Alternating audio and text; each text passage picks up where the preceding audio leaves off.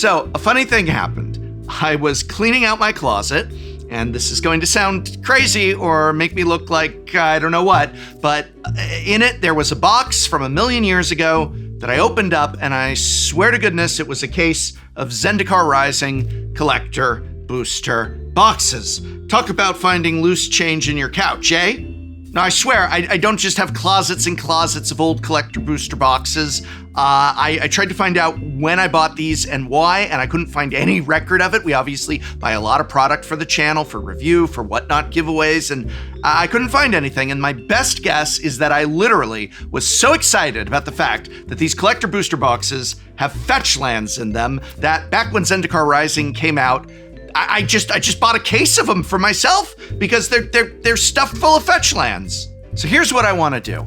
I'm going to open up one of these for myself, and the remaining 5, that's right, these 5 right here, I've got the one that I'm opening over on the opening up desk, I am going to give to you from me on my next Whatnot stream this February 20th at 3 p.m. Pacific. I'm giving away 5 collector booster boxes of Zendikar Rising because I just found them, but I want to open one up and I want to ask the question, how many Fetchlands are we going to get in that collector booster box, and are these indeed packed with Fetchlands? Because I did recently talk about on a stream that the Zendikar Rising collector booster boxes are filled with Fetchlands, and people were saying, no, they're not. No, they're not. And I'm like, yes, they are. And amazingly, they're going for only $288 each on the market. So I want to open it up. I want to see if I can get my money back. But most importantly, I want to see how many Fetchlands, possibly foil, I can pull out of one of these boxes. And then I'm giving 5 to you 1 week from today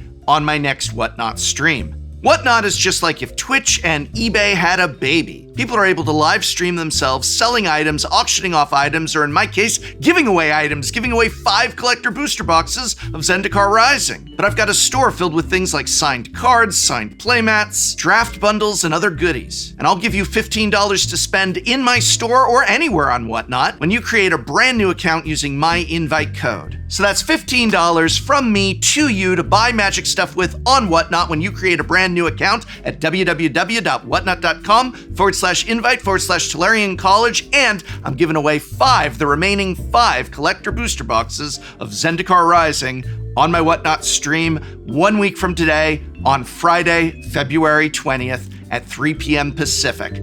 I can't wait any longer. I want to crack this open. Fetchlands, are they still even something that Magic players want? Yes, of course they are. All right, I am honestly so excited to get to open this up. Probably maybe the last time I ever open up a Zendikar Rising collector booster box. Certainly collector booster box. Maybe, I'll draft Zendikar Rising, which is fun, but these, I can't believe, are only going for $288 when you've got Avatar ones going for $450 or whatever it is. I don't even want to hear about Spider-Man. I guess those have gone down. But there's Fetchlands in these. There's actually Fetchlands in these. You have full art lands that are seeded into these at approximately 2 per pack. But let me show you why that is not the full story. And this is why I can't believe these are still only going for about $288. Because, it's not just Fetchlands in this. You could get an Ancient Tomb. Ancient Tomb is in this. Wasteland is in this. And also, what's in this is not 1 but 2 of these Zendikar Rising box toppers. These, now I don't know, I should have looked. You'd think I'd look this stuff up before I record. I'm a professor, I don't need to know things. I don't remember if these have a chance at foil. I think they might only be non-foil. We'll find out in a second. Although if they're both non-foil, that doesn't prove anything. This could just be bad luck. But they do have a chance of Fetchlands in them. So in these 12 packs, there's approximately 2 of the special Zendikar Rising full art. I don't know if they called them expeditions. You'd think I'd look that up as well. But there might be 3 in here. I've opened some where there's 3. Maybe 1. 2 on average. But then we've got these 2, and one of these might be a Fetchland. I'm going to make my prediction. I'm only going to, the total value of this, whatever. But I'm going to make my prediction that I got to do it before I open the box toppers. I'm going to say there's 2 Fetchlands in here. 3. I'm going to be greedy. 3. I think I'm going to get 3 Fetchlands in here. I'm going to show you. I'm going to show you why. Zendikar Rising. It's because, look at this. We're going to pull this out. And we're going to get ourselves a Fetchland. Oh, it's an Arid Mesa. That's Fetchland number 1 of 3 already. I'm not even 1 pack deep, baby. All right, here we go. Here we go. Now, this is non-foil. I'm strongly suspect the drawback is that the box topper ones are non-foil. But I didn't look it up, and I probably never will. You'll let me know in the comments. All right. We also got Razor Verge Thicket. Now, that is one of the fast lands from originally Scars of Mirrodin. Okay, should I guess prices? I'm only going to guess prices on lands in this. So, editor will show prices on everything like usual, but I'm only guessing land prices. Arid Mesa in the full art, non-foil, that's still got to be like a solid $20 card, right? Got to be, even though it's Boros. And then Razor Verge Thicket. These days they've gone down. They've been reprinting them in I think some Commander precons, more than 1. I know there was 1 at least, but I think a couple have them now. I'm going to say this is down to 10. So we're going to say 20, 10. In my day, when these were only in Scars, they were worth so much. They were such a great Modern card, because Modern is a very fast format. I'm going to sleeve, even though they're not foil. Get the sleeve, as our dear friend, Kenji, aka Numot the Nummy, says, and you should go watch his awesome content. We love him, especially because he wants to get the sleeve. All right. Let's go. 288, and we're a little bit of the ways there towards that 288. How much further will we go? There's no way to know, but here we go. For this first pack, editor, please show prices on all cards, and then after that, just the usual ones. And I will only guess land prices, but I know for a fact that there is no whatchamahoosit value there. I was looking for the word value. I am getting old. Maybe I'm just playing Magic the Gathering too long, and so I've forgotten what value is. Oh, that's mean. It's just different. Times have changed. You know, Zendikar Rising was where it all went downhill. No, not really. But it is where the set boosters were introduced, and it's one of the things I regret. I gave them the benefit of the doubt. People were upset about them, and I was too. And I gave them a lower grade. I think I said set boosters are like a B, but I expressed my concerns about them being a path. Oh, definitely. Always full art Zendikar land. I always say it should be 5, should be 2. I bet it's less than 2. It should be at least 2. There was a time when a foil Zendikar full art land would be more than 5. Valakut Awakening. Oh, see, I'm going to start having such nostalgia and not be able to focus. Oh, it's a land, though, so I can guess the price. It's an instant, but it's a land. And in foil, Valakut Awakening these days, still got to be a 650 card, right? So good in Commander. Maybe not. I was very I had many reservations about the set boosters, and I said that my concern, Scoot Swarm, my concern is that they're a path to getting rid of draft boosters. I said they want us to buy the collectors and the set, and I feel like I was right. And I just wish I had been more angry about it. And I was kind of like, well, but you don't know, and options are good, and value is good. You know, value is decent in those early ones. And I wish I had come down a lot harder and said, this is not good. You can't play with these. They're phasing out. They're gonna, but I didn't know they were gonna phase out draft. I just said I was worried about it. And they did indeed lead to the phasing out of draft and the switch over to play boosters, which are ironically a little bit worse in some ways than set boosters are for collectors. And we lost draft boosters. So thank you, Zendikar Rising. But we did get, every box had a possible fetch land in it because those box toppers are in the draft boosters as well, which is in the draft booster boxes, which is great. So I regret that. I have a history with Fetchlands because I have a history with Modern. And for the longest time, it's so much of the DNA of me and my channel, if you'll allow me to reminisce for a moment as I go searching for Fetchlands. It's so much in the DNA of my channel because the reason I wanted reprints was so I could play Modern, largely. It's true. I wanted to play Modern, and while there were some expensive cards, it was mostly lands that were expensive, and within those lands, it was mostly Fetchlands. And I loved the Modern format because I loved the history of Magic, and I loved the idea of a place where all of my old cards had a home. And while that isn't Modern entirely, because there's older cards that go way back that aren't in Modern or weren't in Modern back then. Ooh, okay, I said I'd guess lands, so Branch, Loft, Pathway. I don't know, these should be like a solid, like, not in foil, but full art. What is this, like $8? I'm gonna put it up there. And it meant a lot to me because my history was coming out of high school where I mistakenly sold my collection. I wanted it back. I wanted to play with those cards. Most of them are not good even in Modern or Legacy. But Legacy is very prohibitive and the play style is definitely different than Modern. And I felt like Modern hit the right, like, well, it's not everything, but it's most things, and it doesn't have the reserve list. And the only thing back in the days, and I'm thinking back to like, you know, right around original Innistrad, I guess, when I came in, or Return to Ravnica is when I really got into Modern, was Return to Ravnica. And it was like, you know, the real expensive thing are those fetches. And I looked at all these deck lists in Modern, and I'm like, these don't rotate. Maybe something will get banned, but why would that ever happen? Oh, I'll get to that in a sec with Splinter Twin and Birthing Pod, which was a huge mistake. Killed the format. I have so many opinions. But I loved it, and I'm like, I'm gonna buy all these cards, and I did. I went through and I looked at all the decks, and I just started, Ruin, crap, so cool.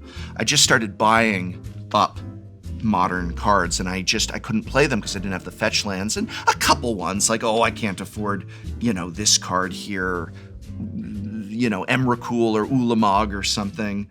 But then they started becoming available, like they'd release from the vault. Legends, I believe, had Ulamog in it. If not, that's not foil, by the way, editor, sorry. I was shaking it like a foil because I'm shaking thinking of those prices back then. But for the most part, it was tied up in those mana bases, and I thought I'll buy everything but the mana bases, and then I'll slowly get them over the years, and I did. Return to Ravnica was back in. Shocklands were $5 to $10. And so I collected play sets, +1, you know, sort of thing. And then I had them for putting into the deck I needed. I didn't need it for each deck, but I had it to slot in. I kept all my decks in the same sleeves, and I could slot it in. And I just kept hoping that we'd get Fetchlands reprinted. And we did, only not the way I expected, because we hit Khans of Tarkir, and we printed in the Onslaught fetches to make all 10 of them legal. That was the first time that the Onslaught fetches were legal in Modern. And I went to town. I was at my local game store every draft. I had my trade binder out every draft, every standard game. And I pushed. I was doing updates. I don't think they're still there, but I think it was on, I forget which site at the time. I had my channel right around then, but I was still pretty small, and I was just posting updates of like, I'm getting a play set of every one of these new Onslaught fetches that were reprinted into, you know, Khans, because I want them. And then I'm like, all we need is them to reprint the Zendikar ones now. And I had a couple of them. Like, there was a Zendikar draft. I really believe in, like, I want to draft and pull it in the draft or trade with people after the draft and not just buy, you know, the exorbitant prices and if I can help it. And I did a lot of that trading at the local game store. And I got my playset of Khans cards and Khans fetches. And I waited, and I got a couple of the Zendikar ones, and then it happened. It was the Modern Masters, and they don't reprint the Fetchlands. But then, it's Modern Masters 2015, and we had Fetchlands. Oh, I thought it was a Fetchland. How good would that have been? The one problem I have with this art style is it does start to kind of blend in a little bit there. Luxury Suite, there we go. Hey, pour one out to our good friend, Gavin, who, I don't know if he created these, but they were for, Battle Bond was his, they're the Battle Bond lands as far as I'm concerned.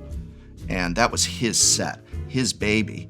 And so here we go, Luxury Suite, in foil, 1825. Nah, They reprint this in every single Commander precon, so it can't be that expensive. It's got to be easily affordable because the only place to put these is in Commander precons, and every single Commander precon has the Battle Bond lands in them, right? That'd be crazy otherwise. But yeah, no, Modern Masters came out, no fetches. Modern Masters came back, no fetches. And then it wasn't until Modern Masters 2015 that we got them. The third, I believe, iteration. And we finally got the freaking frickin' that wasn't a swear. I said frickin' Fetchlands reprinted, and I went to town. I was doing the booster box game, and I was buying them off myself. A lot of people ask about that. Do you really sell the cards? And especially, yes, I do. All of these, by the way, next Whatnot stream, we're giving away the 5 collector booster boxes, but I'm going to sign all the rares and mythics, and we just put them in there for you to pick up if you'd like a signed card from me. And of course, you can go to Patreon. But booster box game, early days, the conversations I had with my wife, because it was like just buying a booster box. YouTube didn't bring in any money. I was working as an adjunct professor. And so buying the boxes for the booster box game was a big thing. And I was like, I'm only buying one. I'm selling them on, at the time, eBay primarily. I think TCG Player, though, that was always difficult for sellers. Now it's just impossible. I don't know if it's just me and they've changed it's like impossible. Like for a non-card store to just list a couple cards to sell. But I did it on Mana Pool's piece of cake. Not sponsored, I'm just saying how I do it for the booster box game. I'm sponsored by Card Kingdom, which you can do there, to be fair. You can go and do your sell list to them. And they actually have a very good, our great sponsored Card Kingdom. Go if you're selling your big collection or just a couple cards, you go check out their buy list. They have great buy list prices, and I'm not just saying that because I'm hashtag sponsored. But yeah, I have used the Mana Pool site and for selling and buying anonymous names, so you don't know it's me. But it's like the old days. Really cool. Check it out. And check out Card Kingdom, our sponsor, and we love them. And they're okay with that. They're great. They're just like, yeah, you know, they like to support local game stores. When they came to Portland with their brick and mortar, they were like, we want to make sure we're not moving in a location that's like right next door to a little mom and pop shop, and they chose it strategically. I said I would only guess lands, but what's Omnath up to? Show me Omnath. $15. There we go. Gonna put you up with the lands. That's right, I can do that because I'm in charge. Yeah, and I just went through the booster box game. Long story short, I do sell the cards. I always have sold the cards. It was much more important in the old days that I sell them because I did not have the money at all. The company had no money. There was no money coming in at all. I had to sell those cards. But for when we did Modern Masters 2015, I bought them from myself, so that I had my own ones. And that was a little bit of a conversation with the wife. So it was what they would have sold for, but I bought them. And so because of that, we went through, you know, they weren't the only reason. We sold the other stuff. And I got my play sets. Long story short, I got my play sets. I got a play set of all 10 fetches plus a couple extras, play set of all 10 shocks plus a couple extras. And now I could play Modern, and I had like 7 Modern decks. And there were a couple cards here and there. Oh, Burn of the Grove Willows is Grove of the Burn Willows. Gee, I hope there isn't something wrong with my brain. Is going for a lot of money, but then, the Maria's Call. Beautiful, just beautiful. What a great set. But then like, they put it in from the Vault Lands, you know, and getting a play set for my red-green Tron deck is tricky. I still remember them, and I saved them for so long. And then Modern Horizons came out and ruined everything. And I'm just going to go ahead and say it. I genuinely think Modern Horizons ruined a lot of Magic, especially Modern Nahiri. Now, there was a time where Planeswalkers were the chase cards in addition to the Fetchlands. This is where it was at. Is Nahiri, this cool 4-mana Planeswalker, is she at that fabled $20 range? Show me. She's probably like $2. That would be so depressing if that's 2 and not 20. You left a 0 off. I say 20. She deserves it. Oh no, wait, she's a terrible villain. Well, Nahiri. I actually liked Nahiri until what she did. What she did to Innistrad was real crazy. And I don't think I can't follow some of this these days, but I can't. I don't know that she redeemed herself in the story too well, in my eyes. That's another conversation. I love the idea, and I think it's important to have the idea of a format where your old cards go, whether they just rotated out of standard or whether you're digging back into Lorwyn rares and looking at Vendilion Click and Dark Confidant from original Ravnica and Tarmogoyf and this cards that won Pro Tours and have storied tales to them. And it's your history, a history you were either there for or wish you could have been there for. Like, I didn't play original Ravnica. Return to Ravnica was my first. But to go into those old packs and get those old cards and play with them in Modern was so special. And there should be a home for that. And Legacy doesn't work because both the gameplay is a different type of gameplay. It's great. I like Legacy, but it's definitely advanced mode. And because of the reserve list, you've got problems with popularizing it. But Modern, when the most expensive thing is in Modern is the mana base, and a couple chase cards, which is fine. I believe, boy, we're getting our Amarius calls today. I believe that it's okay for cards to have a value of $5, $10, $15, even $20. That's cool to rip open a I guess now $6 pack.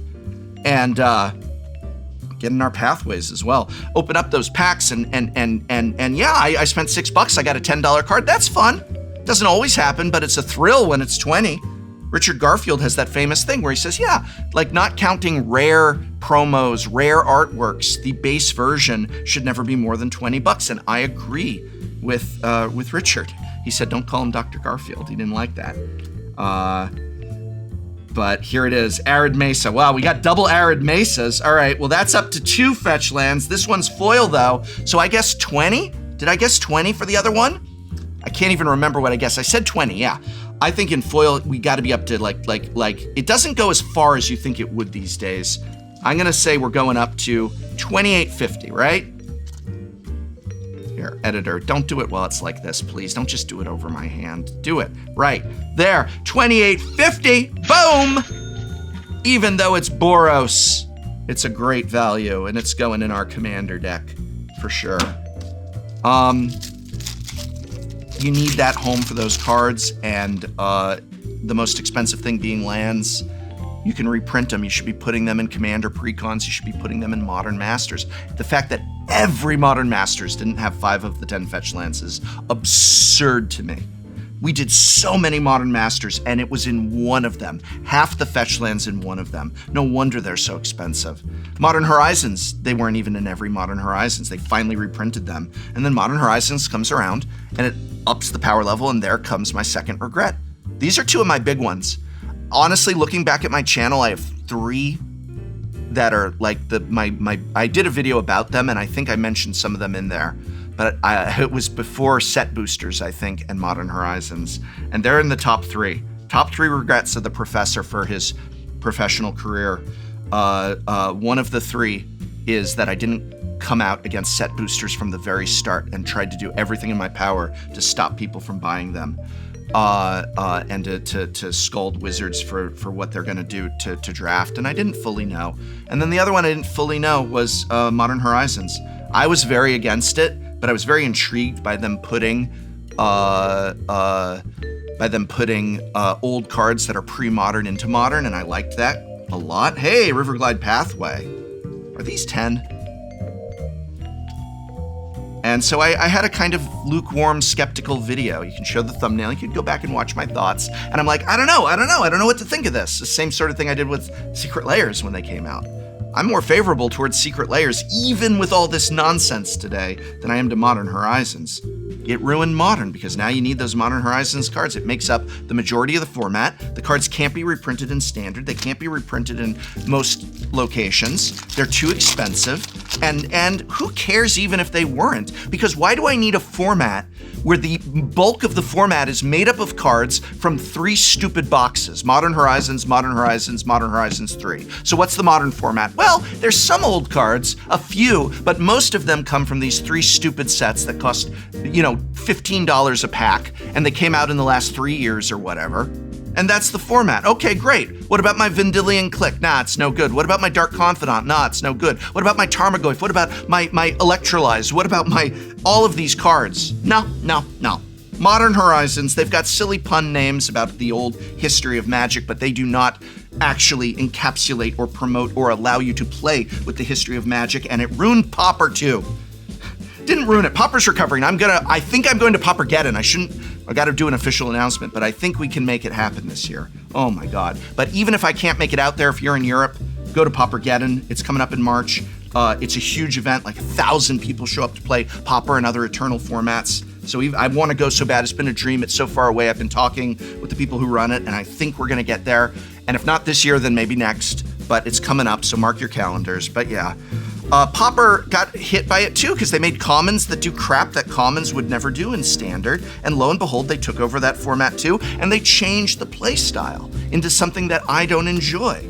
I want to play, whoa, Lotus Cobra. That used to be a $20 card. Now, what is it, $8.50? Yeah. Where was I? Modern Horizons, and it's a bummer. It ruined Legacy too. I liked Legacy, don't get me wrong, but now there is no home for the old cards because Pioneer doesn't go back far enough, and Wizards has abandoned supporting it, and now Modern might as well be called Modern Horizons. So what Wizards needs to do to rejuvenate and to fix these things is it needs to fix Standard and it needs to fix Modern, and that would be such a big thing. Standard is tough though. I just got a text from Jessie, and she said, hey, I think Standard is really hot right now. We're always getting crap about being negative and everything. Can we do she wants to call it credit where credit is due. Standard's really great right now. And then talk about why. And she's the one to talk about it. That's why we've got her, and a million other great reasons. And I said to her, okay, that's fine, but Ninja Turtles is coming out in a week. What's that going to do to Standard? And she goes, oh, I don't know. I guess we got to wait for Ninja Turtles. I go, okay. Well, will it still be good? She goes, I don't know. Maybe. I go, okay. And then a month after that, it's Strixhaven. And then a month after that, it's Marvel. Oh, God. And so while she's writing that video, I'm writing another one. I am writing this one right now. Yes, I still write videos. And I'm writing this one, and it's called Universes Beyond is Not the Problem. 7 sets a year is. There you go. You just watched the whole video. The video is just me explaining what that means, but you already know what that means. Wizards knows what that means. Changing to end the 3-year rotation as well. You want to fix Standard, you could do it like that. Well, you can't because of money.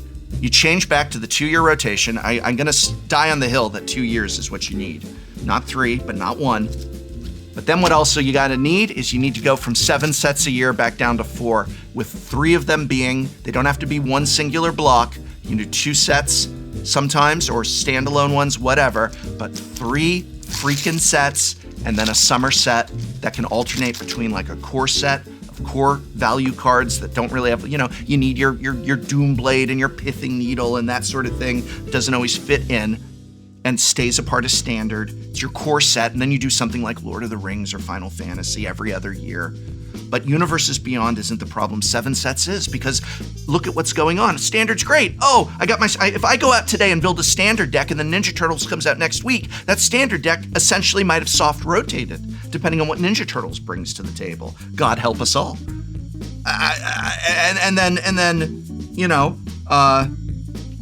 Every set, 7 is too many. 6 is too many. And I'm sorry, I'll stand on that hill too. 6 is too many sets. It just is. It needs to be much lower than that. I don't even accept 5. Oh, Charix! Hello, shout out to Voxy. We got some crabs here. What's Charix? It's just Charix. Any money? Is this at least in foil? 5? Give me a solid $5 there. I know I said I'd only guess the lands, but there we go. Love it. And Modern, however, can be fixed a lot faster. And I'll tell you right now that we can fix Modern in a minute. In one announcement. It would piss a lot of people off, but it would make the format amazing. And what it is you get rid of Modern Horizons. You say, we've got 2 formats. They're called Modern Horizons, and what's called Modern. That's it. And it's like, I'll play Modern. And Modern is no Modern Horizons, no Lord of the Rings. It had to have gone through Standard. Sorry, Lord of the Rings, but you didn't go through Standard. I would even say, and it can't be Universes Beyond. Oh my God, now I'm getting greedy. And I'll admit it, it's not but oh my God, because then you do your 7 sets, but it's just, there's only 3 in universe. Oh my God, what an amazing, I'm just dreaming of that format. No Modern Horizons, no Universes Beyond, Modern, and then you gotta unban some things and ban some things. We're on the last pack. Oh no, we didn't get our 3 fetches, but we got 2. This might have a fetch land in it. Where are we at 1 pack left out of 288? Ooh, are we at 288? I think we're close. I don't know, I don't think so. I don't think we are. I think even saying 200 is too big of a guesstimate. I'm gonna say 200. I don't think, and in my heart, I don't believe we're there.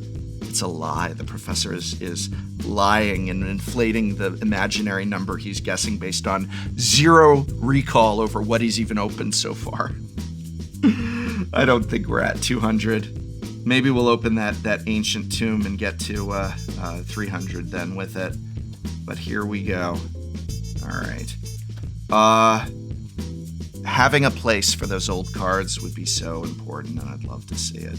And I miss that old Modern, and I miss that old Pauper. And I miss that stuff. Boomer, call me a boomer Magic player. It was a good time and a good system.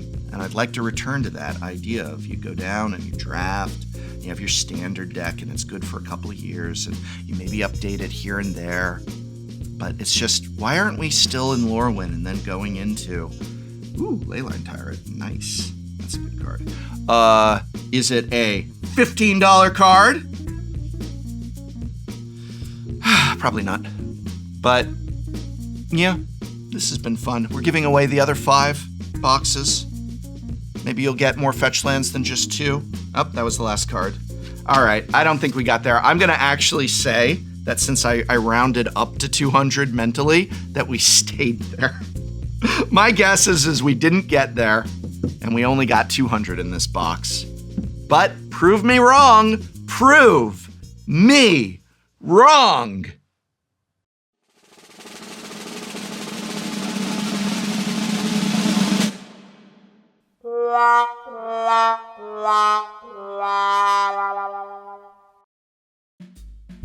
Nope, did not get there, didn't think so, but those arid mesas are worth a bit more than I thought because, yeah, Boros Energy, go figure. Anyway, as you can see, I have 5 of these Zendikar Rising collector booster boxes left. I'm giving them away to you 1 week from today on February 20th at 3 p.m. Pacific on my next Whatnot stream, and I'm giving all of you a $15 credit for creating a brand new account at www.whatnot.com/invite/Tolarian College. Check it out, it's a great time. Come hang out with me. We'll talk Magic and give away some awesome Magic the Gathering products. And if you'd like to see me actually play Magic the Gathering, check out the newest episode of Shuffle Up and Play where I'm joined by none other than Mark Rosewater himself. What kind of decks are we playing? What kind of shenanigans are we getting up to? It's Rosewater versus the Prof, and it's only on Shuffle Up and Play. That video is linked here and in this video's description. If you haven't already watched it, give it a view. You'll be helping the channel out when you do.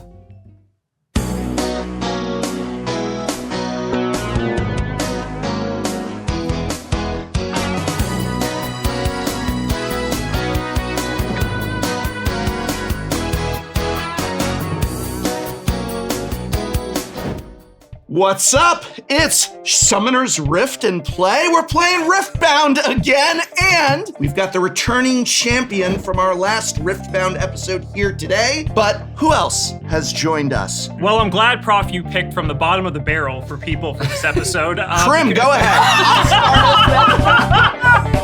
Now, this is the greatest card text ever. If I die alone. All right, you don't know me. I do, actually. We work together very frequently. We know this, right? We see this, right? I just want to... I've started a showdown. Does anybody have anything? Yeah, just. Oh, wow. Okay. With 0 open yeah. Tell me how you did that.